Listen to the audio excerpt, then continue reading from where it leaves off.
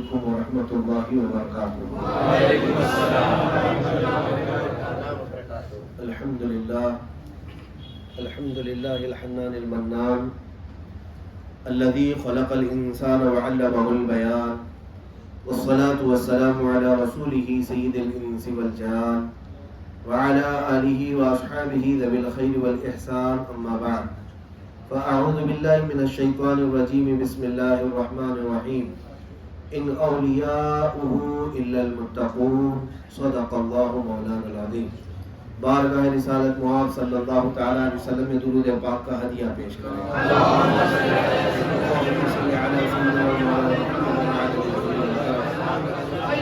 وآلہ واصحابہ الکرام وابنہ الکریم وبارک وسلم صلاۃ دائمۃ سرمدا ابدا۔ عزیزان گرامی وقار، آج کی ہماری یہ محفل سلطان الہند، امام الہند، معین الہند سرکار غریب نواز معین الدین حسن چشتی اجمیری رضی اللہ تعالیٰ عنہ کی بارگاہ میں خراج عقیدت پیش کرنے کی غرض سے ہے، اور ہندوستان کے ہر مسلمان پر یہ اس کا اخلاقی فریضہ ہے کہ وہ غریب نواز کے احسانات کو کبھی فراموش نہ کرے۔ سلطان الہند غریب نواز ہمارے لیے اللہ تعالیٰ کی وہ عظیم نعمت ہے کہ جن کی بدولت ہندوستان کے چپے چپے میں اسلام کی چمک اور رمک باقی ہے۔ آج سرکار غریب نواز کو وصال فرمائے 800 سال سے زیادہ کا عرصہ گزر گیا، لیکن ان کی محبت میں لوگوں کے اندر کوئی کمی نہیں آئی، بلکہ ہر زمانہ آتا ہے، ہر نئی نسل آتی ہے اور ان کی محبت کی فراوانی ویسی ہی نظر آتی ہے۔ اس لیے کہ اللہ تعالیٰ کے کچھ محبوب بندے وہ ہیں جن کو اللہ تعالیٰ کبھی ختم نہیں فرماتا، ان کے نام کو، ان کے نشان کو ہمیشہ برقرار رکھتا ہے۔ بہت ساری کرسیاں آئیں گئیں، کتنے حکومت کیے اور چلے گئے، کچھ تو بادشاہ آئے 40 سال 50 سال بھی حکومت کیے، لیکن اب ان کی تاریخ جاننے والے لوگ بھی کم رہ گئے۔ کسی حاشیے میں ان کا نام لکھا ہوگا، بلکہ دور کیوں جائے، فی الحال ہم زمانے کو دیکھتے ہیں، 5 سال حکومت کرنے والا اتنے نشے میں، غرور میں، نہ جانے کیا کیا اپنے دبدبے دکھاتا ہے، لیکن جب اس کی میعاد ختم ہو جائے اور عمر ڈھلنے کو آ جائے تو پھر کسی اخبار کی چھوٹی سی کٹنگ میں بھی نام نہیں آتا، کسی کچرے کے ڈبے میں چلا جاتا ہے۔ تو یہ وہ حکومتیں ہیں جو طاقت کے بل بوتے پر آئیں، یا پھر مال و دولت اور حرص و طمع کے بل بوتے پر آئیں، لیکن سرکار غریب نواز رضی اللہ تعالیٰ عنہ کی حکومت وہ ہے جو عشق رسول کے بل بوتے پر آئی، اللہ رب العزت کی ذات پر توکل کے بل بوتے پر آئی، جس کی وجہ سے آج تک سینوں پر ان کی حکومت طاری ہے، جاری ہے اور ساری رہے گی انشاءاللہ۔ میرے عزیزوں، میں آپ کو بتاؤں کہ آپ کی ولادت سے لے کر مختصر سی تاریخ میں آپ کو بتاؤں گا، اور اس کے بعد آج عرس غریب نواز کا ایک میسج آپ کے درمیان نشر کرنا چاہتا ہوں۔ سنجر کا وہ علاقہ جہاں آپ کی ولادت ہوئی، تو آپ کو سنجری بھی کہا جاتا ہے۔ سنجر وہ ایک محلے کا نام تھا، ایک چھوٹی سی بستی جہاں پر آباد تھی، لیکن آپ کو بتاؤں وہ علاقہ ایسا ہے، تاریخ میں لکھا گیا ہے، میں نے اور دوسرے علاقوں کے بارے میں تو نہیں پڑھا، لیکن سنجر کے بارے میں لکھا گیا ہے کہ پورے سنجر میں رہنے والا کوئی ایک شخص بھی ایسا نہیں تھا جس کی تہجد قضا ہوتی ہو۔ سنجر کا علاقہ ایسا تھا کہ ہر گھر کا ہر فرد تہجد کی نماز کا پابند تھا۔ جس محلے میں آپ کی ولادت ہوئی، ایک بار ایسا اتفاق ہوا، آپ کے والد حضرت غیاث الدین، نام سنا ہوگا، اتفاق ایسا ہوا کہ تہجد کو اٹھنے والے لوگ جو ہے وہ فجر سے پہلے اٹھتے اور اپنی تہجد کی نماز ادا کرتے، اس کے بعد تھوڑی تسبیح اور ذکر و اذکار کے بعد فجر کی اذان ہوتی، نماز پڑھتے، یہ وہاں کا معمول تھا۔ تو رات کو معمول کے مطابق جب سنجر کے لوگ تہجد کے لیے اٹھے تو زیادہ اجالا ہو چکا تھا، اجالا اتنا ہو چکا تھا کہ فجر محسوس ہونے لگ گئی۔ تو اسے بڑا افسوس ہوا اٹھنے والے کو کہ آج ہماری تہجد قضا ہو گئی، کہ غفلت ہو گئی۔ پھر اس نے ادھر ادھر نظر دوڑائی تو ہر کسی کو دیکھا گھر سے کوئی نکل رہا ہے، کوئی ادھر سے نکل رہا ہے، جس سے بھی پوچھو تو پتہ چل رہا ہے اس نے بھی تہجد نہیں پڑھی، اس نے بھی نہیں پڑھی، سب کی قضا ہے۔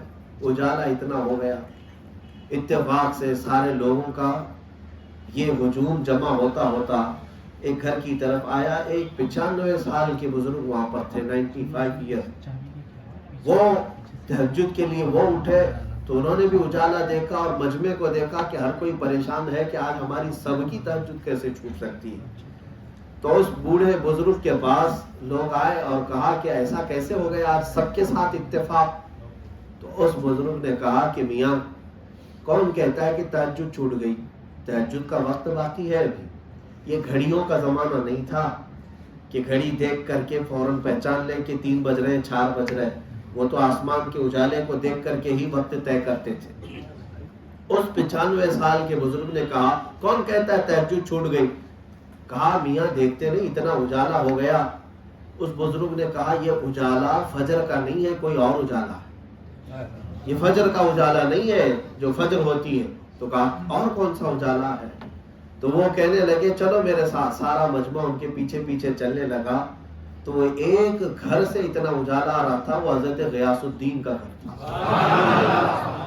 رات کے وقت حضرت غیاث الدین، ان کے گھر سے، ان کی چھت سے اتنا اجالا آ رہا تھا کہ لگتا تھا کہ صبح ہو چکی اور اکثر کی تہجد قضا ہو گئی۔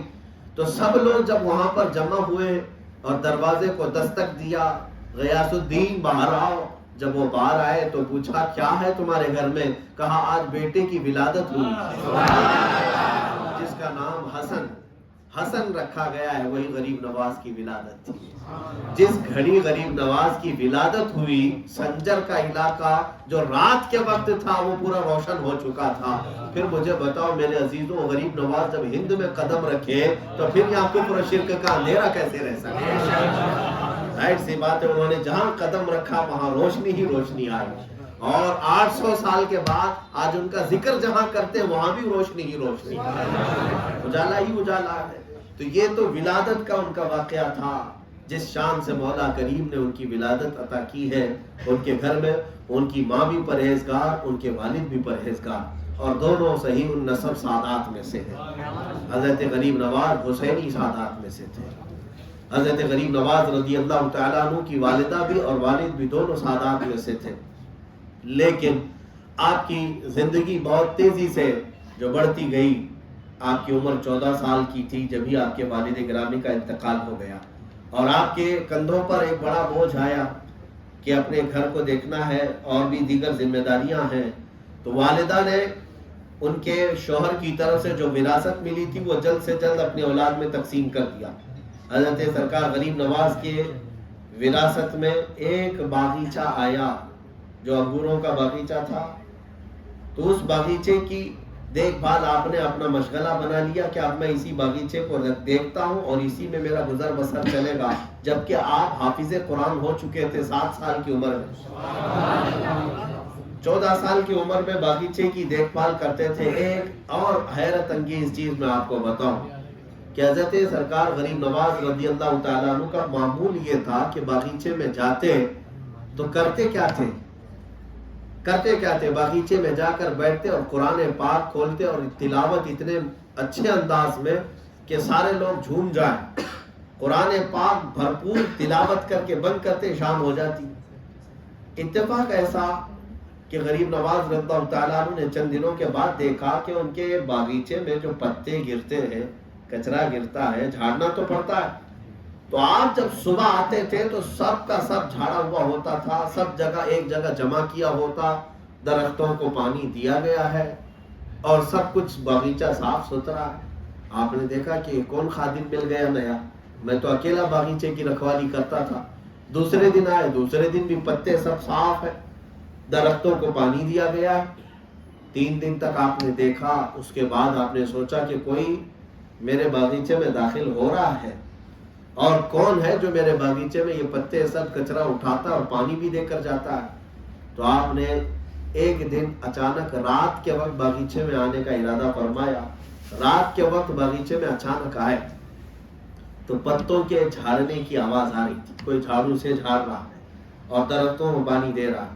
حضرت غریب نواز اپنے باغیچے کے دروازے کے قریب ہی کھڑے ہو کر کے پکارتے ہیں کہ جو کوئی بھی میرے باغیچے میں آیا ہے فوراً کے فوراً میرے پاس آ جائے.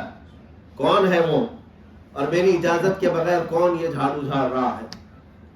تو تھوڑی دیر کے لیے جھاڑنے کی آواز رک گئی، پانی کی آواز رک گئی. پھر آپ نے دوبارہ پکارا، تیسری مرتبہ پکارا تو سامنے کچھ شخصیات آئیں. وہ عام لوگ نہیں تھے، وہ جنات تھے. ان کی شکلیں اتنی بڑی بڑی، وہ اپنے مخصوص لباس میں تھے. حضرت غریب نواز رضی اللہ تعالیٰ عنہ نے پوچھا کہ تم کون لوگ ہو؟ تم کون لوگ ہو؟ کہا ہم قوم جنات سے ہیں. کہا یہ میرے باغیچے کی صفائی تم کیوں کر رہے ہو؟ تم کیوں کر رہے ہو؟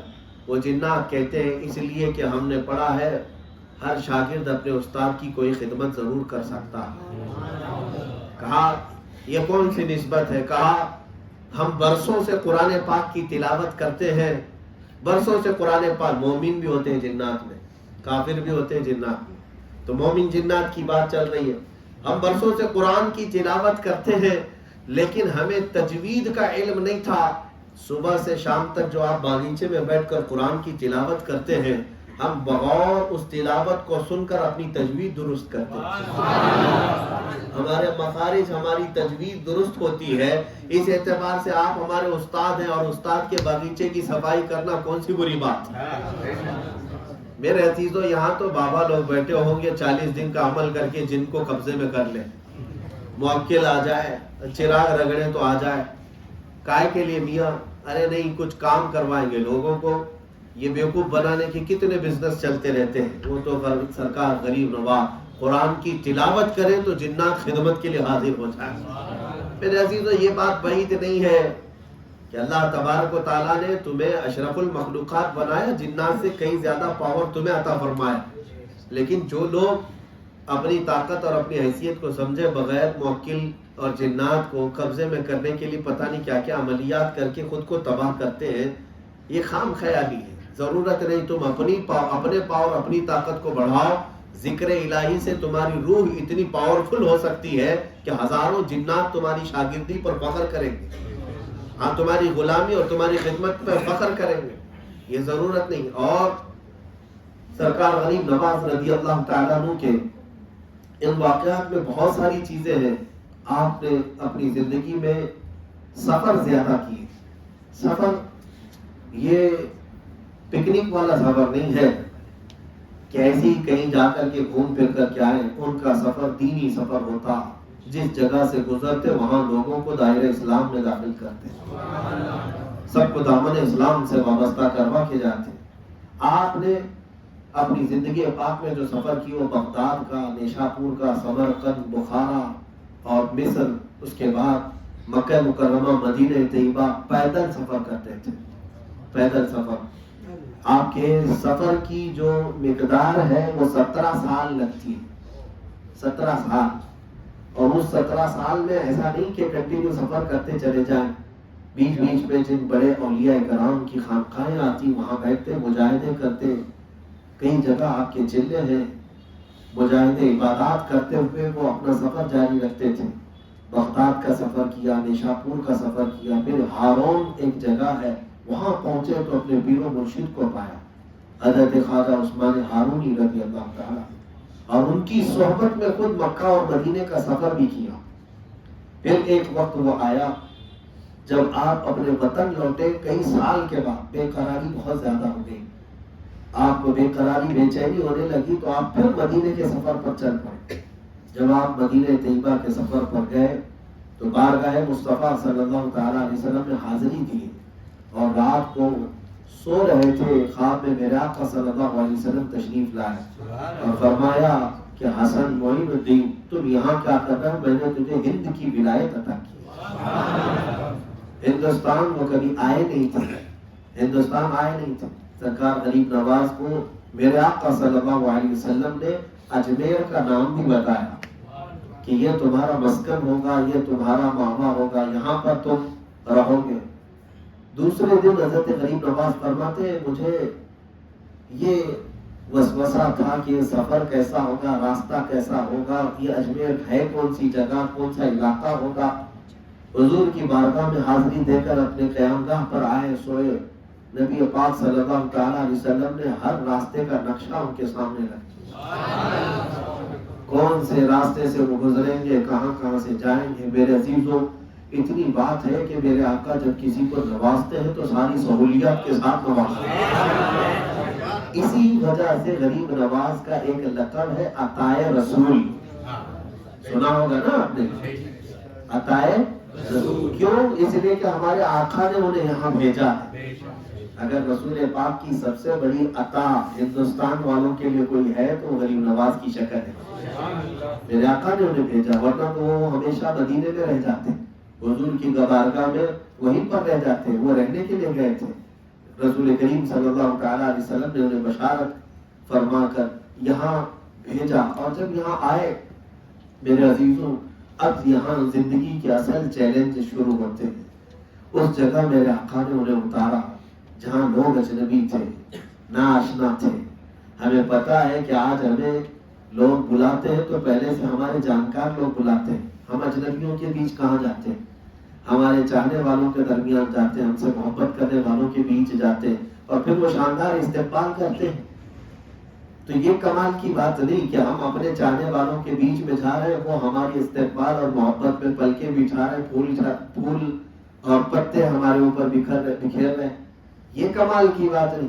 سرکار غریب نواز ایسے علاقے میں آئے جو اجنبی تھا، صرف اجنبی ہی نہیں بلکہ دشمن اسلام بھی تھا۔ ایسے علاقے میں آپ نے قدم رکھا، لاہور سے ہوتے ہوئے داتا گنج بخش کے دربار سے دلی پہنچے، اور دلی بھی آپ جانتے ہیں کہاں غریب نواز کا قیام تھا۔ اس زمانے کا ایک بڑا جابر اور دبدبا رکھنے والا راجا جس کو کھانڈے راؤ کہا جاتا تھا، اس کے قلعے کے بالکل سامنے ہی حضرت غریب نواز کا ٹینٹ لگا ہوا تھا۔ حضرت سلطان غریب نواز رضی اللہ تعالیٰ دلی وہاں پر آئے، صرف آپ نے 3 دن تک وہاں پر عبادت کی۔ آپ کی عبادت سے لوگ اتنے متاثر تھے کہ کھانڈے راؤ کے جتنے اکثر سپاہی تھے وہ آپ کی غلامی میں شامل تھے۔ ایک ایک بار دیگرے، ایک ایک بار دیگرے، دلی میں یہ شہرہ ہو گیا، دلی میں یہ بات پھیل گئی، مشہور ہونے لگی۔ تو اب لوگ جوک در جوک آتے اور آپ کا چہرہ پاک دیکھتے، اور آپ جس پر نظر ڈالیں وہ دائرہ اسلام میں آ جاتا، اس کا دل جاری ہو جاتا۔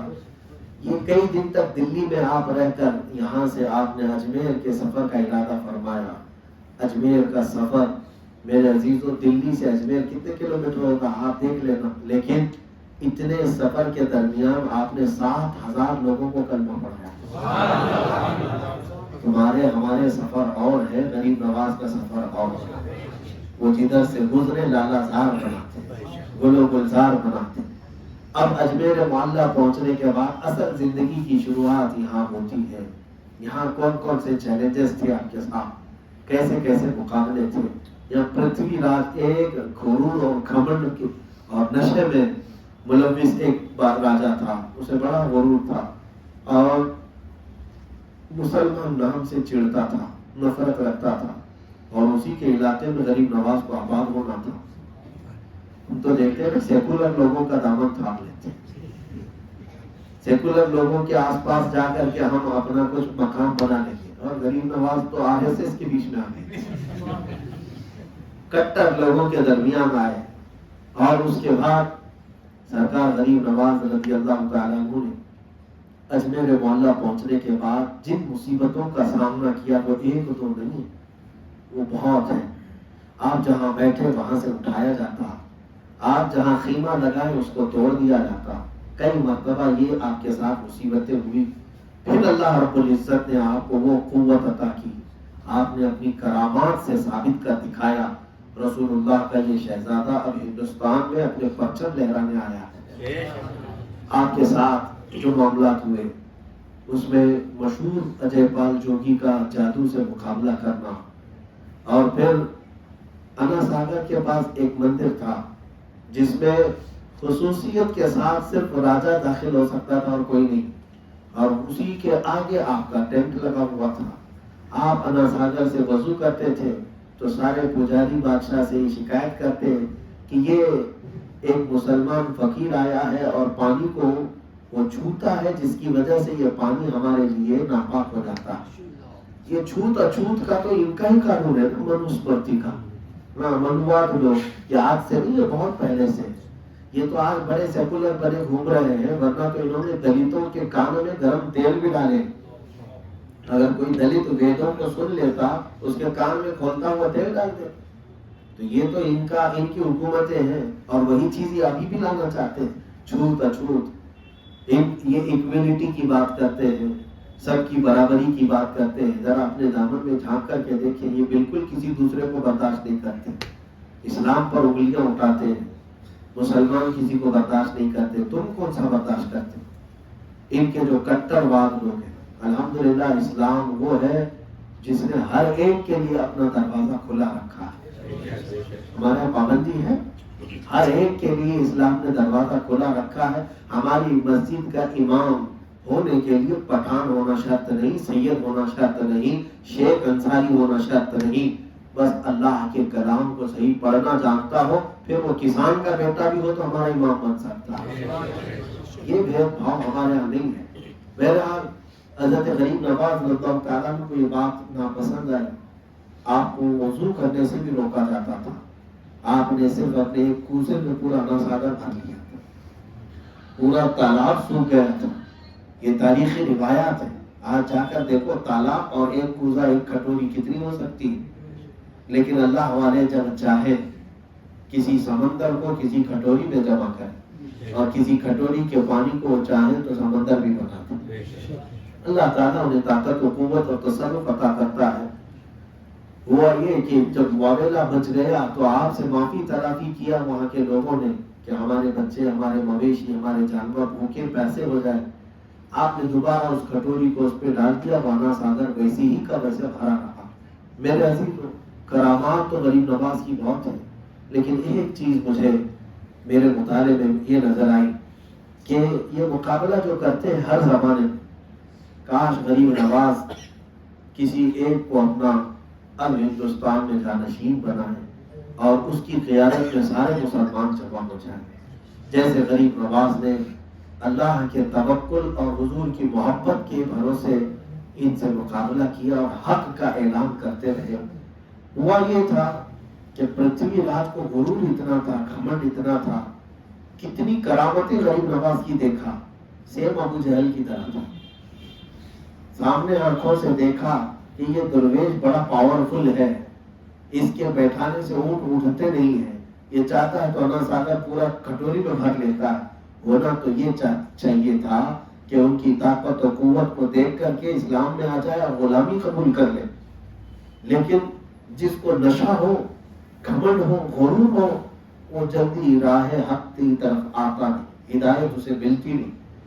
اس نے ایک بہت بڑے مہنت کو بلایا. اس کا مقابلہ عام آدمی تو نہیں کرے گا.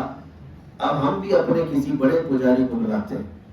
اس نے اپنے پنڈتوں میں سے جو ایک بہت بڑا مہنت تھا اس کو بلایا. اس کا نام تاریخ میں رام دیو لکھا ہوا ہے، یہ والا نہیں. ہاں، وہ جو تاریخ میں ہے جس کو لکھا گیا وہ دونوں آنکھ والا تھا. تو پرتھوی راج نے اس کو بلایا اور کہا کہ بابا جی ایک فقیر آیا ہوا ہے، اس کا مقابلہ آپ کو کرنا ہے شاستروں سے، ویدوں سے، کتابوں سے. تو اس رام دیو کو بھی معلوم تھا، اس نے سن رکھا تھا حضرت غریب نواز کے متعلق. کہا کہ وہی فقیر ہے جو اونٹوں کو بٹھایا تھا. کہا وہی. کہا یہ میرے بس کی بات میں نہیں کروں. تو راجا نے فورس کیا، اصرار کیا کہ نہیں، عزت کا سوال ہے، مقابلہ کرنا ہوگا. تو اس نے کہا کہ ٹھیک ہے، میرے ساتھ 250-300 پنڈت اور بھی بھیجو، اور میں جو ہے جادو سے مقابلہ کروں گا، منتر پڑھوں گا، اور اس فقیر کا کوئی بھی کام میرے اوپر یا ہمارے پنڈتوں پر اثر نہیں کرے گا. کہا ٹھیک ہے. 250-300 پنڈتوں کو بھیجا ہے. یہ وہ وقت تھا جب سرکار غریب نواز عصر کی نماز میں مشغول تھا. یہ اپنی فوج لے کر کے منتر پڑھتے ہوئے سارے لوگوں سے کہا میں جو پڑھ رہا ہوں وہی پڑھتے رہنا، اس لیے کہ اس فقیر کا کوئی بھی حرکہ، کوئی بھی کام تم پر اثر نہیں کرے گا، کوئی حملہ تم پر اثر نہیں کرے گا، اور میرے ساتھ چلتے رہنا. سب پوری کی پوری فوج آئی ہے کس سے لڑنے کے لیے؟ ایک غریب نواز سے، ایک معین الدین سے. آپ عصر کی نماز میں مشغول تھے، آپ کے خادم نے دیکھا کہ یہ جادو کے کچھ وہ منتر پڑھتے ہوئے آ رہے ہیں، نماز سے سلام جیسی ہی حضرت نے پھیرا تو خادم نے کہا کہ حضور اتنی بڑی جماعت آ رہی ہے اور سامنے بڑا کوئی مہنت آ رہا اور وہ کچھ ورد کرتے ہوئے آ رہے ہیں۔ حضرت غریب نواز نے انہیں بٹھایا، حصار کھینچا اور کہا بیٹھے رہو، ان کا کچھ بھی اثر نہیں کرے گا، کوئی بات کام نہیں آئے گا۔ تو آپ بیٹھ گئے۔ تھوڑی دیر کے بعد وہ چلتے چلتے چلتے مصلی کے قریب آ گئے اور اس کے بعد کہا کہ ہماری طرف دیکھو، ہم سے مقابلہ کرو۔ حضرت غریب نواز نے بغیر دیکھے اپنے خادم سے کہا کہ اس سے کہو واپس چلے جائے، ہماری عبادت میں دخل اندازی نہ کرے، خلل اندازی نہ کرے۔ تو خادم کی بات سن کر کے وہ آگ بگولا ہوا اور کہا کہ میں اس سے بات کرنے آیا ہوں، گرو سے، غلام سے نہیں، گرو مجھ سے بات کرے۔ حضرت غریب نواز نے اپنا چہرہ پہ پھیر لیا۔ اس وقت آپ کی آنکھوں میں جلال کا اثر تھا، جلال کا اثر تھا، اور جیسے ہی آپ نے اس کی طرف دیکھا، آنکھوں سے آنکھیں کیا ملی، اس کے ہاتھ پاؤں میں کپ کپی تاری ہو گئے، راشا تاری ہوا۔ اچانک وہ کانپنے لگا اور تھوڑی دیر کے بعد غش کھا کر کے نیچے گر پڑا، بے ہوش ہوا۔ آپ نے پانی منگوایا اور اس کے سینے پر پانی کا چھڑکاؤ کیا۔ تھوڑی دیر کے بعد ہوش میں تو آیا، لیکن جو پتھر ہاتھ میں آتے تھے پنڈتوں کو مارتا تھا، پجاریوں کو مارتا تھا، اتنا مارا کہ کسی کی ناک پھٹی، کسی کی پیشانی پھٹی اور کسی کے دانت ٹوٹ رہے۔ جو 250 کی فوج آئی تو یہ سرکش گھوڑا ہر ایک کو مارے جا رہا ہے۔ تو سارے لوگ پریشان ہو کر راہ فرار اختیار کی اور راجا کے پاس پہنچے اور کہا جس کو آپ نے گرو بنا کر بھیجا تھا وہی ہماری کٹائی کر رہا ہے، دھلائی کر رہا ہے، اور پتہ نہیں اس کو کیا ہو گیا ہے، سرکش ہو گیا ہے۔ حضرت غریب نواز نے دیکھا کہ یہ تنہا بے قابو گھوڑے کی طرف بھدک رہا تھا۔ آپ نے خادم سے کہا کہ اس کو میرے قریب لا۔ اس کو خادم نے پکڑ کر قریب لایا۔ حضرت غریب نواز نے اس کے دونوں ہاتھ پکڑے، اتنا ہاتھ پکڑنا تھا کہ اس کی آنکھوں سے آنسو جاری ہو گئے اور وہ حضرت غریب نواز کے قدموں میں گر گیا اور کہا مجھے غلامی میں قبول کر۔ جس کا دل بدلنا ہو یا اللہ تعالیٰ، ذالک فضل اللہ یؤتیہ من یشاء، وہ اللہ کا فضل ہے جسے چاہے عطا کرے۔ آپ نے اٹھایا اور سینے سے سینہ لگایا، اللہ سینہ لگنا تھا کہ اس کی دنیا بدل گئی، دنیا بدل گئی۔ معرفت اور پتہ نہیں کتنی منزلیں غریب نواز نے صرف سینہ لگا کر کے طے کرا دیا، اور اس کے بعد آپ نے شادی دیو اس کو کہنا شروع کیا۔ آج بھی تاریخ میں لکھا ہوا شادی دیو کے نام سے، شادی دیو۔ حضور غریب نواز کی غلامی میں رہے زندگی بھر۔ عزیزان گرامی اوقات، یہ بات میں نے اس لیے بھی عرض کی، قوت اسلام کو ختم کرنے کے لیے بڑی بڑی طاقتیں آئی، لیکن رب تبارک و تعالیٰ کو جو منظور ہوتا ہے تو جو مقابلے کے لیے آتا ہے اسی کو اپنے حرم کی پاسبانی کے لیے بھی چن لیتا ہے۔ اسی لیے اقبال نے کہا تھا حرم کو پل گئے پاسبان صنم خانے سے، یہ کوئی بات بعید نہیں ہے۔ لہذا یہ سلطان الہند غریب نواز رضی اللہ تعالیٰ عنہ کی سیرت طیبہ کی وہ چند جھلکیاں ہیں۔ آپ نے اپنی زندگی پاک میں عدل و انصاف کو ہمیشہ قائم رکھا، اور ہمیشہ جس بات کا اعلان کرتے تھے وہ یہی کہ لوگوں انصاف کرو، لوگوں انصاف کرو۔ کس چیز سے؟ اپنی ذات کے ساتھ، اپنے پڑوس کے ساتھ، اپنی اولاد کے ساتھ، اپنے گھر والوں کے ساتھ، اپنے معاشرے کے ساتھ۔ ایک لفظ انصاف ایسا ہے جو پوری کائنات میں پھیلایا جا سکتا ہے۔ آپ اپنے بغل والے کے ساتھ انصاف کرو، کوئی تیسرے کے ساتھ انصاف کرے۔ انصاف کا مطلب یہی ہے جو چیز اپنے لیے پسند کرے وہی اپنے بھائی کے لیے بھی پسند کرے۔ حضرت غریب نواز رضی اللہ تعالیٰ عنہ کا یہی مشن تھا کہ ہر کوئی انصاف قائم رکھے، اور جو ظلم کرے گا اس کے ساتھ پھر ان کا مقابلہ بھی تھا، ان کا سامنا بھی تھا۔ میرے عزیزوں، پرتھوی راج کے ساتھ آپ نے کئی مرتبہ کوششیں کی اور کہا کہ تو اپنی یہ حرکتیں چھوڑ دے۔ اب دیکھ اجمیر آدھے سے زیادہ ایمان لا چکا ہے، غریب نواز کی غلامی میں آ چکا ہے۔ اپنی ایک حویلی پر وہ چڑھ کر روزانہ حضرت غریب نواز پر حملے کرنے کے روزانہ پلاننگ بناتا تھا، ایک تو نہیں، روز پلاننگ، اور جتنی پلاننگ بناتا تھا اتنا غریب نواز کی غلامی میں لوگ زیادہ سے زیادہ داخل ہوتے تھے۔ جب وہ نئی پلاننگ کرتا آپ کی شہرت میں اور اضافہ ہوتا تھا۔ اللہ تبارک و تعالیٰ کا یہ فضل ہے، اس ظالم نے کئی پلاننگ کی پتہ نہیں کس کو پکڑ کر کے لاتا تھا، پیسے دے کر کے آدھے پیسے اس کے ویسے ہی ختم ہو گئے غریب نواز کے خلاف کام کرنے پر۔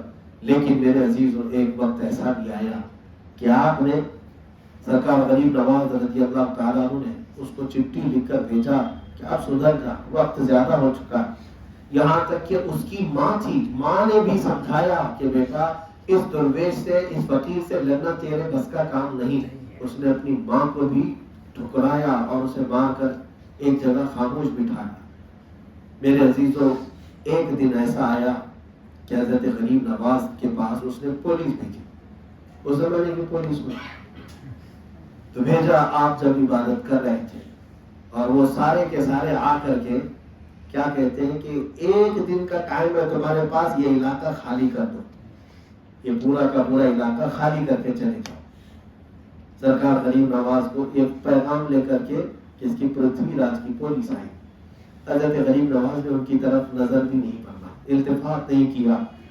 پھر انہوں نے زور آوازوں سے پکارنا شروع کیا تو خدام جو تھے انہوں نے کہا کہ حضور یہ زیادہ ہی بول رہے ہیں اور ہمیں اجمیر خالی کرنے کا آرڈر آیا، کیا کیا جائے؟ آپ نے آنکھ بند کیا اور کہا میں نے اس کو گرفتار کیا ہے اور شہاب الدین غوری کے ہاتھ میں دے دیا ہے۔ فارسی کا آپ نے لفظ استعمال کیا تھا کہ میں نے اس کو زندہ گرفتار کیا ہے اور دے دیا ہے، یہ آپ کی زبان سے نکلا تھا، حالات اچانک بدل گئے۔ دوسرا دن تھا، شہاب الدین غوری بادشاہ اسلام، یہ شکست کھا کر جا چکے تھے اس سے قبل ہندوستان سے، کئی راجوں سے۔ اچانک شہاب الدین غوری ایک وقت اپنے محل میں، اپنے حرم میں آرام کر رہا ہے اور اس نے خواب میں دیکھا کہ ایک بزرگ آئے اور اس بزرگ نے کہا کہ شہاب الدین اٹھ، اللہ نے فتح اسلام تیرے ہاتھ میں رکھی ہے، ہند کی طرف چل۔ تو اس نے خواب دیکھا اور بزرگ کی یہ بشارت سنی اور اپنے لوگوں میں مشورہ کیا اور سبوں نے اتفاق کیا کہ چلتے ہیں اور نکل پڑے۔ اور جیسے ہی شہاب الدین غوری کی فوج نکلی، پرتھوی راج کو خبر ہو گئی، اس نے غریب نواز کا پیچھا چھوڑا اور اپنی فوج جمع کرنا شروع کیا، جتنے چھوٹے موٹے راجے تھے سب کو جمع کر لیا۔ 3 لاکھ کی فوج جمع ہوئی، ندی کے کنارے جمع ہو گئے اور شہاب الدین غوری جب پہنچے تو دونوں کا مقابلہ ہونا تھا اور اس وقت اعلان یہ ہو رہا تھا پرتھوی راج کی طرف سے کہ صبح سے دوپہر تک ان کا سب کا صفایا ہو جائے گا اور رات کو ہم جشن منائیں گے، اعلان ہو رہا تھا۔ لیکن جب لڑائی شروع ہوئی تو اتنی گھمسان کی تھی کہ اس کی فوج بھاگنے پر مجبور ہو گئی، آدھی ادھر آدھی ادھر، اور کتنے تو ختم ہونے لگ گئے۔ اب اسے لگا کہ یہ لڑائی آسان نہیں ہے۔ شہاب الدین غوری 1,30,000 کی فوج لے کر آیا اور 3 لاکھ کی فوج سے لڑ رہا، لیکن اس کے باوجود بھی وہ جمے نہیں رہ سکے۔ پھر اس جنگ کا حال ایسا ہوا کہ بڑے بڑے راجے مہاراجے گرفتار ہوتے گئے۔ شام سے پہلے اسی گھمنڈ اور غرور میں، نشے میں چور بادشاہ پرتھوی کو سپاہیوں نے گرفتار کیا اور زندہ پکڑ کر شہاب الدین غوری کے حوالے کیا۔ اور وہاں پر جب گرفتار کر کے دے رہے تھے تو ایک بزرگ وہاں پر سامنے کھڑے تھے اور کہا کہ شہاب الدین یہ میں نے تجھے گرفتار کر کے دیا ہے، اس کو قرار واقعی سزا دے دے، اس لیے کہ اس کا غرور نہیں کم ہوتا ہے۔ کچھ لوگ چپل والے لوگ ہوتے ہیں تو جب تک وہ کھاتے نہیں ہیں سدھرتے نہیں۔ کچھ لوگوں کو گندی بدبو کی اس کا شوق ہوتا ہے، جب تک وہ نہ سنگھاؤ تو بیماری صحیح نہیں ہوتی۔ تو غرور و تکبر والوں کے لیے سزا ہونا ضروری ہوتا ہے، اس کے بغیر وہ درست نہیں ہوتے۔ تو آپ شہاب الدین غوری کے ہاتھ میں گرفتار کر کے دے دیا۔ ایک بزرگ کھڑے تھے، ان کو دیکھا اس نے اور پھر فوج میں سے وہ بزرگ تھے، فتح ہوئی اور یہ پہلی فتح تھی شہاب الدین غوری کی گند میں، اور یہاں سے سلطنت اسلامیہ کی ابتدا ہوئی۔ فتح کرنے کے بعد شہاب الدین غوری سیدھے واپس دلی کی طرف پلٹ رہا تھا تو اجمیر مقدس پہنچا، جمعہ کا وقت تھا۔ ایک مسجد میں لوگ نماز کے لیے بھرپور جمع تھے تو شہاب الدین اسی مسجد میں حاضر ہوا۔ نماز کے لیے ایک بزرگ آئے، نماز پڑھنے کے بعد جب انہوں نے چہرہ پھیرا تو دیکھا یہی وہ بزرگ جو خواب میں بھی آئے تھے، یہی وہ بزرگ ہے جو میدان میں بھی آئے تھے۔ کھڑا ہوا اور لوگوں سے پوچھا یہ کون ہے؟ لوگوں نے کہا یہ معین الدین حسن چشتی ہے۔ میرے عزیز و غریب نواز نے شہاب الدین کو سینے سے سینہ لگایا اور کہا میں نے اپنا کام مکمل کر دیا، اب تو اپنا کام جاری کر دیا۔ میرے عزیزوں، اب یہاں سے ایک بات پتہ چلتی ہے، صوفیہ کرام کا مقام صرف یہ نہیں ہے کہ چلا کاٹے اپنی خانقاہ میں بیٹھے رہیں، بلکہ حکومت کی اصلاح کرنا یہ صوفیہ کا کام۔ بادشاہ تو بادشاہت کرے گا، وہ نظام نافذ کرے گا، لیکن صوفیہ کو اللہ نے جو طاقت دی ہے وہ صرف اور صرف یہاں پر آج جس کو صوفی کہہ رہے ہیں یہ نہیں ہے۔ صوفیہ اکرام اگرچہ دنیا سے بے نیاز ہوتے ہیں لیکن وہ حکومت اور سیاست کی اصلاح کے لیے بھرپور کوشش بھی کرتے ہیں۔ آج ضرورت ہے ہندوستان میں سرکار غریب نواز کی نیابت کرنے والے صوفیہ کی۔ صرف اور صرف وہ صوفی نہیں جو مودی کے قدموں میں بیٹھ کر کے اس کی لمبی عمر کی دعا کرے اور 4-5 ہزار روپے لے کر گھر پہنچ جائے کہ ہاں یہ مسیحا ہے مودی جی ہمارے۔ تو میں اس صوفی کی بات نہیں کر رہا۔ صوفی وہ ہے جس کے دربار میں ننگے پاؤں وقت کا اکبر بھی حاضر ہوتا تھا تو وہ اپنی مسجد سے نہیں اٹھتے تھے۔ سرکار غریب نواز جو صوفی تھے وہ دنیا دار صوفیوں کے لیے نہیں۔ عزیزان گرامی وقار، اب یہاں پر ایک میسج میں یہ دینا چاہوں گا، سلطان الہند غریب نواز رضی اللہ تعالیٰ صرف یہی چیز حضرت غوث پاک رضی اللہ تعالیٰ عنہ کے عرس کے موقع پر میں نے تقریب میں بتایا تھا کہ حضرت غوث پاک کی کرامات تو آپ نے سنی ہے، لیکن حکومت کی اصلاح جو آپ نے فرمائی وہ بھی کبھی سنا؟ سیاست میں آپ کا کیا رول تھا یہ بھی سنا؟ وقت کے خلیفہ اور گورنروں کی اصلاح کیسے غوث پاک نے کی ہے؟ میرے عزیزو، یہ سسٹم کو درست کرنا یہ بھی صوفیہ اور علماء کا کام ہے۔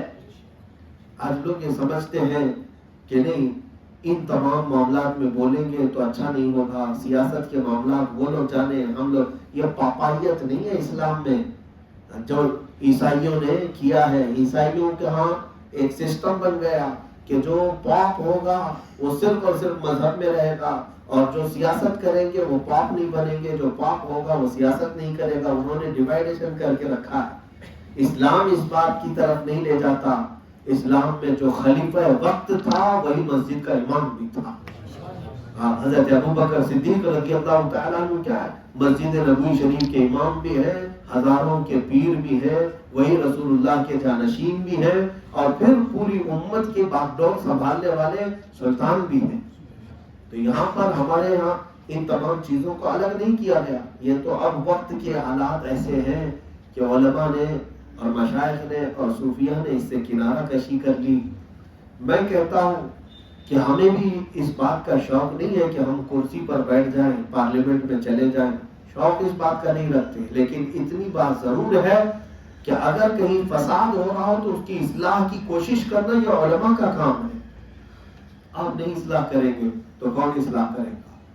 وقت کے خلفاء اور سلاطین کو ہم نے دیکھا ہے، اگر وہ فاسق و فاجر ہوتے اور زیادہ سرکش ہوتے تو اپنے اپنے وقت کے علماء نے ان کی نکیل تھامی ہے اور انہیں سیدھے راستے پر لانے میں پوری بھرپور کوشش کی ہے۔ امام احمد بن حنبل اگرچہ 3 بادشاہوں سے کوڑے کھائے لیکن حق بات بولنا کبھی نہیں چھوڑا کہ اگر وہ خلیفہ وقت یا بادشاہ اسلام بگڑتا ہے اور راستہ ٹرینڈ چینج کرتا ہے تو انہوں نے اپنی ذمہ داری کو بھرپور نبھایا ہے۔ آج یہ نہیں ہو پا رہا ہے۔ آج کے حالات دیکھیں آپ کہ ہندوستان کی سرزمین پر یہ کسی نے تو اپنی ذمہ داری نہیں محسوس کی ہوگی، شاید اسی لیے ڈس بیلنس ہو گیا معاشرہ۔ حضور پاک صلی اللہ تعالیٰ علیہ وسلم نے ارشاد فرمایا، میری امت کے 2 جماعتیں اگر درست ہو جائیں تو پوری امت درست ہوگی۔ 2 جماعتوں کی اگر اصلاح ہو جائے تو ساری امت صحیح ہو جائے گی۔ وہ 2 جماعتیں کیا ہیں؟ حضور اکرم صلی اللہ تعالیٰ علیہ وسلم نے فرمایا، ایک امیروں کی جماعت اور ایک علماء کی جماعت۔ یہ امت کی گاڑی کے 2 پہیے ہیں، ایک بھی پنچر ہوا تو امت رک جائے گی، اس کی ترقی رک جائے گی۔ یہاں ہو یہ گیا ہے کہ امیروں نے عیش کو اپنی زندگی سمجھ لیا، ان کا تو دین میں حصہ ہی نہیں، وہ اپنا سارا مال کہاں خرچہ کر رہے ہیں آج سب کو پتا ہے۔ اور ایک طرف علماء کرام ہیں، دونوں کے درمیان اتنا تفاوت ہو گئے، اتنی دوری ہو گئی ہے کہ علماء نے، میں سب کی بات نہیں کرتا، جن لوگوں سے امیروں سے انہوں نے تعلق رکھا بھی ہے تو صرف اپنا گھر بنانے کے لیے یا اپنی گاڑی بنگلے بنانے کے لیے، اپنا بینک بیلنس بنانے کے لیے۔ کسی ایک عالم کا کسی امیر سے تعلق ہو بھی تو فقط دین مصطفیٰ کے لیے، نبی پاک صلی اللہ تعالی علیہ وسلم کے دین کے لیے۔ اور اگر اپنی دنیا بنانے کے لیے تعلق رکھتا ہے تو امام غزالی فرماتے ہیں وہ اس مکھی سے زیادہ غلیظ ہے جو پخانے پہ بیٹھی ہے۔ یہ ہمارے اسلاف نے ہمیں اصول طے کر کے دیے۔ میرے عزیزوں، آج دل میں تکلیف اس بات کی ہوتی ہے کہ یہ وہی لہلہاتا چمن ہے جس کو غریب نواز نے سجایا تھا۔ سرکار غریب نواز کا بنایا ہوا یہ چمن، یہ گلشن، لیکن یہ خزاں رسیدہ ہو گیا۔ اس کو دیکھو جگہ جگہ سے لوگ اس طرح سے نوچ رہے ہیں، جگہ جگہ سے اس کو ویران کر رہے ہیں۔ اس ہندوستان کی امیج آج پوری دنیا میں خراب کرنے کی کوشش کی جا رہی ہے، چند آتنکیوں کی وجہ سے، چند زہریلے لوگوں کی وجہ سے، چند کٹرواد لوگوں کی وجہ سے غریب نواز کے امن کا ماحول کہاں چلا گیا۔ آج انہوں نے زہر اتنا بھر دیا ہے، اتنا بھر دیا ہے، میں کیا بتاؤں میرے عزیزوں۔ ان کو اب ہماری ٹوپیاں گھڑنے لگ گئی، داڑیاں چبھنے لگ گئی، دوپٹے ان کے پیٹ میں درد کرنے لگ گئے عورتوں کی۔ یہ زہر کیا ہے؟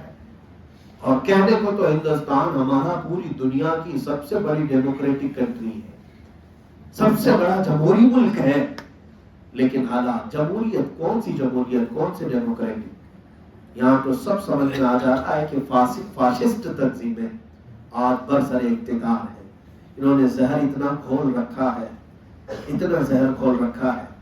میں آج کی بات بتاؤں، ابھی میں آ رہا تھا ممبئی، ابھی پہنچا ہوں 8:30 بجے۔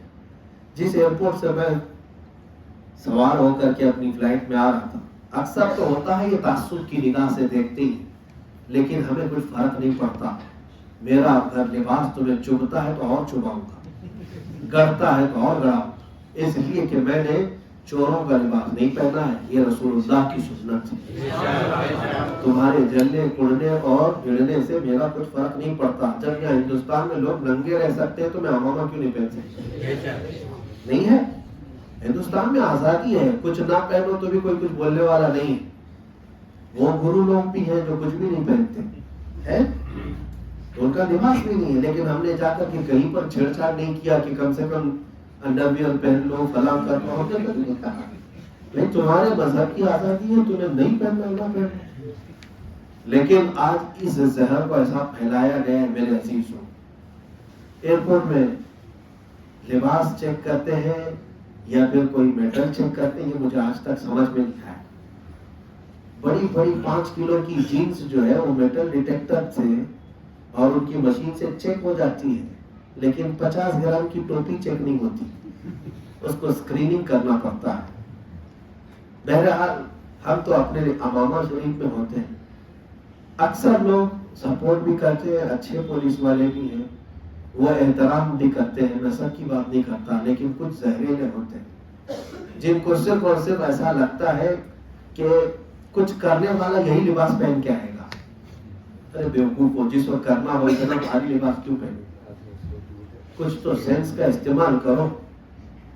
اور ان جاہلوں کو کھڑا کیا گیا ہے، اب ان کو چیک کرنا ہے، میرا امامہ اتروانا ہے، پگڑی اتروانا ہے، یہ چپکی ہوئی ہے، بدھی ہوئی ہے۔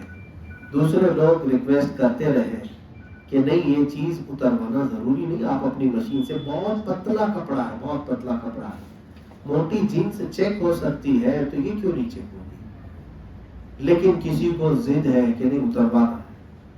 ہم نے یہی پوچھا کیا کسی پنجابی سردار کی بھی اترواتے ہو؟ نہیں اترواتے، اس لیے کہ چھوٹا چھوڑا ان کے ساتھ رہتا ہے، نہیں اترواتے۔ بہرحال میرے عزیزوں، تعصب کی عینت اتارنے کی ضرورت ہے، لیکن انہوں نے ماحول اتنا خراب کیا۔ کیوں ہمارا لباس تمہارے لیے، کیوں ہمارا لباس تمہارے لیے گڑنے لگ گیا، چبھنے لگ گیا؟ یہ سب جو حالات ہیں، ابھی جو برقعے کو لے کر پورا جو فساد برپا ہے، مجھے آج تک سمجھ میں نہیں آتا۔ میں تو ان لڑکیوں کو داد دیتا ہوں جو نقاب پہن کر کے اپنی فائٹ خود کرتی رہی۔ الحمدللہ آج ہمیں فخر ہے اس بات پر کہ اللہ تعالیٰ نے ہمارے گھروں میں وہ بچیاں بھی عطا فرمائی۔ سلام ہے، لیکن میں تو یہ کہتا ہوں کہ اگر تمہیں برقع پہننے سے منع کرتے تو ان کا کورونا والا جو کٹ ہے وہ پہن کے چلے جاتے، وہ پہن کے جاتے، کیونکہ ظاہر سی بات ہے اس میں اور بھی بڑا نقاب ہے. کیا یہ اس چیز کو اتروائیں گے؟ کتنی بڑی ہیپوکریسی ہے، یہ منافقت ہے کہ تم ایک جگہ کورونا سے بچنے کے لیے فائن لگاتے ہو چھوٹے سے ماسک پر، اور ان بچیوں سے حجاب اتروانے پر تم گیٹ بھی بند کرواتے ہو. یہ کیا ہے؟ یہ ڈیموکریسی ہے یا ہیپوکریسی؟ یہ منافقت ہے. ان کو اگر کوئی چیز چڑ رہی ہے تو وہی وہ نقاب جو اسلامی شان کو ظاہر کرتا ہے. اسلامی شان، ارے ماسک پہن کے بیٹھ سکتا ہے لیکن حجاب پہن کے کورونا کی پوری وہ کٹ پہن کر کے آ سکتے ہیں جس کو دیکھ کر کے لوگ ڈرتے ہیں کہ موت کا فرشتہ نہ آ جائے. ہاں یہ اکثر آتا ہے. اس کے لیے تو کوئی نہیں. ارے تم پورے جا کر کے دیکھو کتنے ہاسپٹلوں میں بیچارے ڈاکٹر پورے برقعے میں گھوم رہے ہیں، وہ کٹ پہن کر کے گھوم رہے ہیں. ان کو کسی نے اتروایا؟ سب کو پتا ہے. تم خود اپنی حفاظت کے لیے جب یہ کٹ پہن سکتے ہو تو ہم اپنی ایک اسلامی بہن کو یہ پہناتے اسی لیے ہے کہ وہ ہر طرح کی بلاؤں سے محفوظ رہے، ہر طرح کی بلاؤں سے محفوظ رہے، کورونا سے بھی اور ہر طرح کے شر و فساد سے بھی. لیکن یہ جو زہر پھیلا ہوا ہے یہ صرف اور صرف انہی لوگوں کی طرف سے، آتنکیوں کی طرف سے، یہ دہشت گردوں کی طرف سے پھیلا ہے. من جملہ بات یہ ہے میرے عزیزوں، کرنا کیا چاہیے؟ کرنا کیا چاہیے تھا؟ علماء کرام، مشائخ اپنی ان ذمہ داریوں کو نبھائیں جو ان کے کندھوں پر دی گئی ہے. نیابت مصطفیٰ کی، نیابت انبیاء کی جو ذمہ داری دی گئی ہے وہ باہر نکل کر خانقاہوں سے اب رسم شبیری ادا کرو. ظاہر سی بات ہے بہت سارے لوگوں کو یہ بات لگتی ہے کہ خانقاہ سے نکلنے کے بعد تکلیفیں تو آئیں گی، مصیبتیں تو آئیں گی، لیکن میرے عزیزوں پھر وہ صوفی کس کام کا جو صرف اور صرف اپنے مریدین کے جمگھٹے میں رہا اور امت کے مسائل کو حل نہیں کر سکا، امت کے مسائل کو نہیں دیکھ سکا. آج امت کس قسم پرسی کے عالم میں گزر رہی ہے اندازہ بھی ہے آپ. آج اس بات کی ضرورت ہماری قیادت نہیں، اور یہاں تو حال یہ ہے قیادت کے نام پر تو 1000 ٹکڑیاں ہیں. اگر میں کچھ بولوں تو پھر ظاہر سی بات ہے لوگ مجھے پولیٹیشین کہہ دیں گے. ابھی کل سے میرے نام کے ساتھ وہ لاحقے لگا دیں گے یوٹیوب والوں کہ فلاں پالیٹکس پارٹی کے لیے انہوں نے حمایت کر دی، فلاں کی مخالفت کر دی. میں اتنی بات کہوں گا، اے مسلمانوں آپ سب کے لیے اب وقت آ چکا. جو اقبال 100 سال پہلے کہتا تھا، نہ سنبھلو گے تو مٹ جاؤ گے اے ہندی مسلمانوں، تمہاری داستان تک نہ رہے گی داستانوں میں. نہیں تیرا نشیمن قصر سلطانی کے گنبد پر، تو شاہین ہے بسیرا کر پہاڑوں کی چٹانوں میں. کہاں کے شاہین ہیں؟ کون ہیں؟ سب چھوٹی چھوٹی لالی پاپ پہ قربان ہونے والے لوگ کون سے شاہین ہو سکتے ہیں؟ تمہارے مطالبے نہیں ہیں بڑے، تمہارے دعوے بڑے نہیں ہیں، تم چھوٹی چھوٹی سی باتوں پر راضی ہو کر کے جے جے پورے دن بھر گھومتے ہو. اب تو ماحول گرم کیا جاتا ہے، الیکشن کے وقت تو دیکھنے کا حال ہوتا ہے. بی جے پی میں بھی مسلمان، کانگریس میں بھی مسلمان، سماجوادی میں بھی مسلمان، سارے جھنڈے تمہیں کو پکڑائے گئے ہیں، سارے دوپٹے گلے میں تمہیں کو پہنائے گئے ہیں.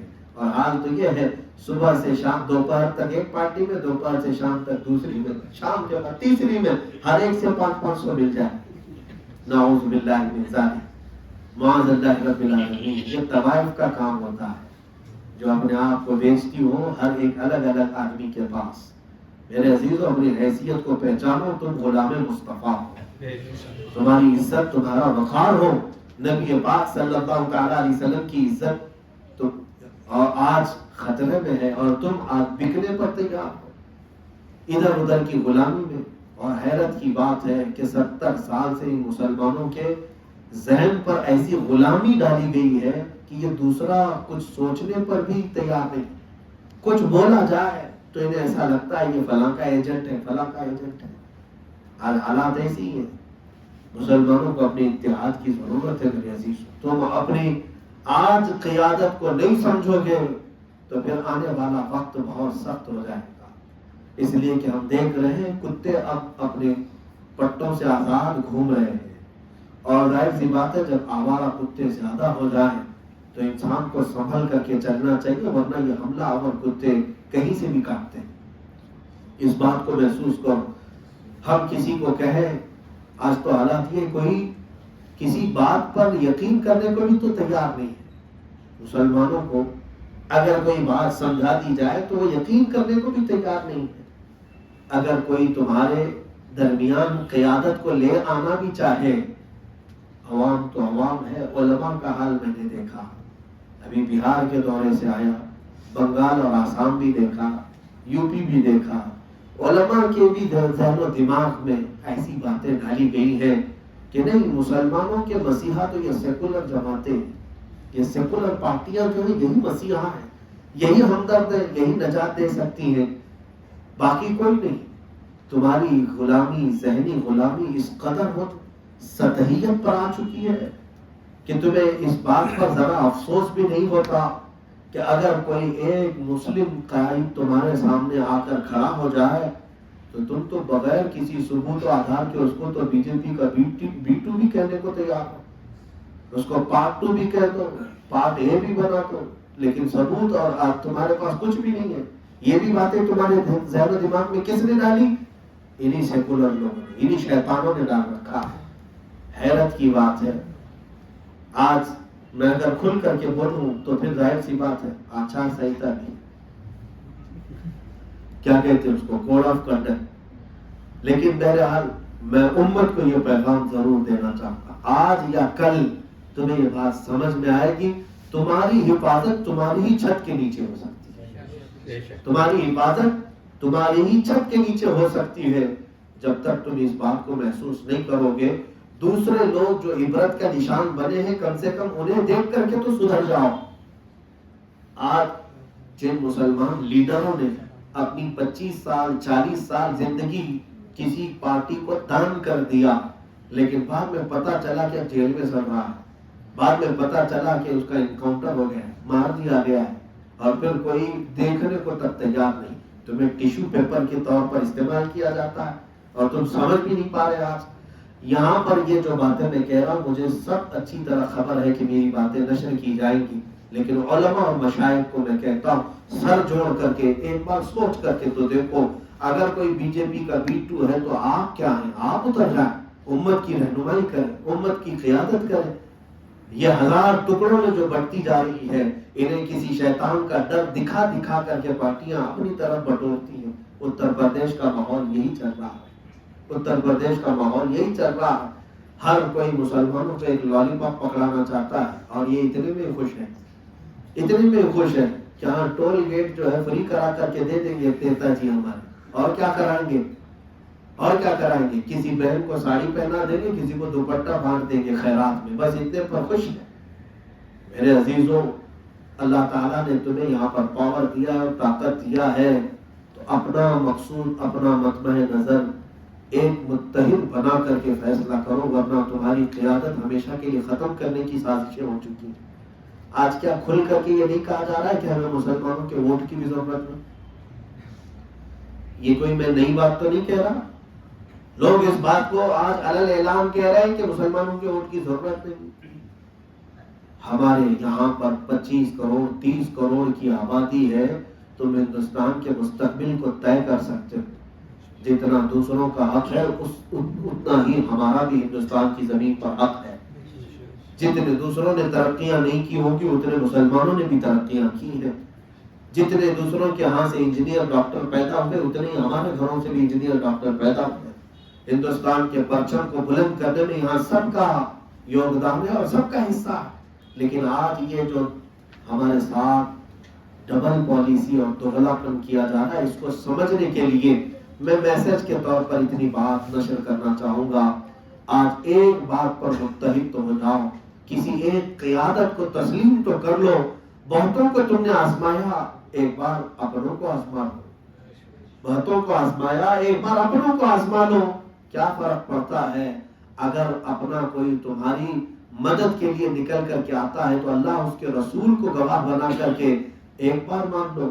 ہمارے والد گرامی فرمایا کرتے تھے، کبھی کبھار ایسا ہوتا ہے بیٹا کہ تمہیں جو چیز پسند نہیں ہوتی باپ اگر کہہ رہے ہیں یہ کر لیں، تمہیں یہ کپڑا پسند ہے لیکن باپ کہتا ہے یہ پہن لیں، ہمارے والد کہتے ہیں کہ پہن لیا کرو، اس لیے کہ اگر تم نے پہن لیا باپ کی بات رکھتے ہوئے تو پھر اللہ تعالیٰ اس باپ کی بات کی لاج رکھتے ہوئے اگر وہ کپڑا غلط بھی ہوگا مولا اسے تمہاری نعمت بنا دے. کیوں؟ اس لیے کہ تم نے فرما برداری کی ہے. اللہ کا حکم ہے کہ میرے باپ کی پیروی کرو، فرما برداری کرو. اگر وہ کانٹوں والا لباس بھی ہوگا تو رب تعالیٰ اسے محمل بنائے. میں اتنی بات کہوں گا، اے مسلمانوں تم متحد ہو جاؤ اور اپنی قیادت کو بٹنے نہ دو، ایک طرف آ جاؤ، ورنہ اس زہریلے ماحول کا مقابلہ کیسے کرو گے؟ متحد ہوگے تو کہلاؤ گے مومن و غازی، منتشر ہوگے تو قصتوں میں صفایا ہوگا. منتشر ہوگے تو قصتوں میں صفایا ہوگا، ٹکڑے ٹکڑے کر کے ختم کر دیے جاؤ گے. اس لیے آج سرکار غریب نواز کے عرس کے موقع پر میں پورے ہندوستان کے مسلمانوں سے یہ اپیل ضرور کرنا چاہوں گا، اپنی قیادت کو پہچانو، اپنی قیادت کو پہچانو. آج سب سے بڑا تمہارا ایشو یہ ہے کہ اس کو مت دیکھو کہ جو 5 سال میں ایک مرتبہ تمہیں پیٹھ تھپانے کے لیے آئے، بلکہ اسے دیکھو جو تمہارے تحفظ اسلام کی بات کرے، قرآن و حدیث کی حفاظت کی بات کرے، جو رسول اللہ کی عزت کی حفاظت کی بات کرے. اسے اپنا قائد یہاں تسلیم کرو گے تو انشاءاللہ العزیز میرا یقین ہے کہ مولا تعالیٰ ایسی قیادت میں برکت بھی عطا فرمائے گا. اور یہ تمام جو ناسور پھیلے ہوئے ہیں ان کینسر کے پھوڑوں کو مولا بہت جلدی ہلاک بھی فرمائے گا انشاءاللہ العزیز. میں امید کرتا ہوں کہ اس مسئلے کو پھر دوبارہ میں آپ کے سامنے ڈسکس کروں گا اور اچھے انداز سے. اللہ تعالیٰ کہنے سننے سے زیادہ عمل کی توفیق عطا فرمائے. ہم آج اجمیر معلیٰ میں حاضر تو نہیں ہیں لیکن مولا کی بارگاہ میں التجا ہے کہ ہماری روحوں کو مولا اجمیر پہنچا دے. غریب نواز کے قدموں میں ہماری روحوں کی حاضری ہو اور ان کے برکات اور فیوض ہمارے قلب پر جاری و ساری فرما. ہماری آنکھوں میں ان کی محبت کا نور عطا فرما، ہمارے دلوں میں ان کی محبت کا سرور عطا فرما. مولا غریب نواز کے پرچم کو جس طرح سے بلند تو نے فرمایا سدا قیامت تک بلند و بالا رکھ. اور ہم مسلمانان ہند کو مولا عزت و عالم عطا فرما. ظالموں کے چنگل سے اور بری نظر سے ہندوستان کی حفاظت فرما. اس ملک عزیز کو جو فسادی اور جو آتنکی بد نظر رکھتے ہیں مولا ان تمام کو کیفر کردار تک پہنچا. اے اللہ ہمارے ملک عزیز میں امن و شانتی عطا فرما، اس کو امن و امان کا گہوارہ بنا دے. رسول اللہ صلی اللہ تعالی علیہ وسلم کی عزت کی حفاظت کی توفیق عطا فرما. صلی اللہ تعالی علی خیر خلق محمد و آلہ و اصحابہ اجمعین. وآخر دعوانا الحمد للہ رب العالمین. صلاۃ والسلام.